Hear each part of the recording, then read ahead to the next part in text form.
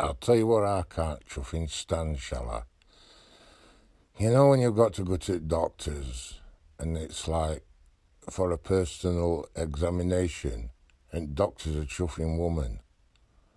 And I mean, last time it happened, she's examining me, like, and she said, I'll tell you what, you really have got to stop playing with yourself.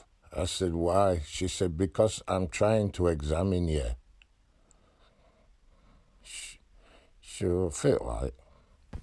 This woman was cooking like in the kitchen and it were a boiling hot day, so she took her top off and she's slicing chips on draining board and she cut her nipple off. She thought, oh no, I've cut my nipple off, I better go to hospital and get it stitched back on. So she got to hospital and she realised she left the nipple on draining board and couldn't be at it.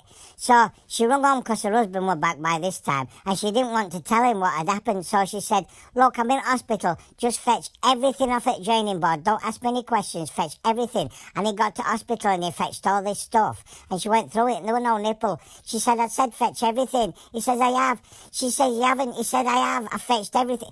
There was a jelly tot, but I ate it. I've gone up to this lass in a pub. I said, now then. She says, hey up. I said, what's the difference between a pork sausage roasted on an open fire out in the forest and a penis? She says, I don't know. I said, would you like to come camping? You know, I'd had a smashing afternoon other week. I'd gone down to Dog and Duck like with my mates and I'd had a few pints and I thought I better get back and I could twat myself again. So I was going to have a lie down and I bumped into the farmer. He says, I'm not paying you to go out boozing, go and round my sheep up. So I said, fair enough. And I went out and I came back. He says, have you done that? I said, yeah, I've done it. I've put all 30 of them in pen.